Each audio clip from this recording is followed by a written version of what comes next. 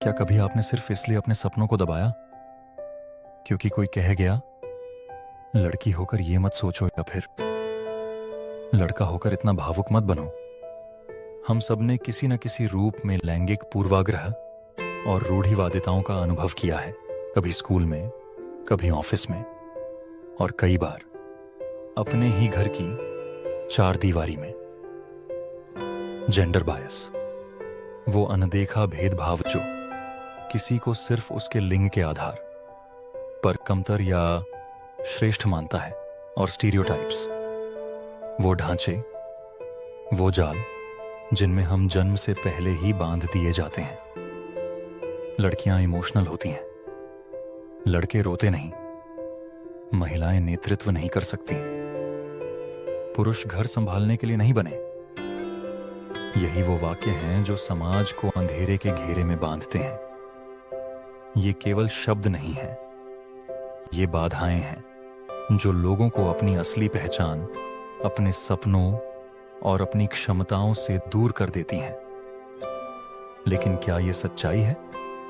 बिल्कुल नहीं। आज जरूरत है इन्हें पहचानने की, समझने की और तोड़ने की। लैंगिक पूर्वाग्रह दो तरह के होते हैं। एक्सप्लिसिट बायस, जो खुलकर सामने आते हैं। इम्प्लिसिट बायस, जो हमारे अंदर चुपचाप पलते हैं। और जब हम ये सोचते हैं कि महिलाएं नेतृत्व के लिए कमजोर हैं या नेतृत्व का मतलब केवल कमाना है, तो हम खुद भी उसी भेदभाव को बढ़ावा दे रहे होते हैं। लेकिन अच्छी बात यह है कि परिवर्तन की शुरुआत भी हमसे ही हो सकती है। तो कैसे तोड़ें ये दायरे? पहचानिए अपने भीतर के पूर्वाग्रह। चुनौती दीजिए उन विचारों को जो आपके नहीं, समाज के थोपे गए हैं। बोलिए जब कोई और चुप हो जाए। समझाइए जब कोई रूढ़िवादी बातें दोहराए। और सबसे जरूरी, स्वयं को सीमाओं से मुक्त करिए। लड़कियां साइंस में भी माहिर हो सकती हैं, और लड़के बच्चों की परवरिश में भी। मर्दों को रोने का हक है और औरतों को कमान संभालने का अधिकार। हम तब तक समावेशी समाज नहीं बना सकते जब तक हम हर व्यक्ति को उसकी असलियत में स्वीकार नहीं करते। भारत में हमने देखा है, बेटी बचाओ, बेटी पढ़ाओ, महिलाओं के लिए आरक्षण, लीडर बनती बेटियां, LGBTQ+ की पहचान को सम्मान, ये सब बदलाव के संकेत हैं।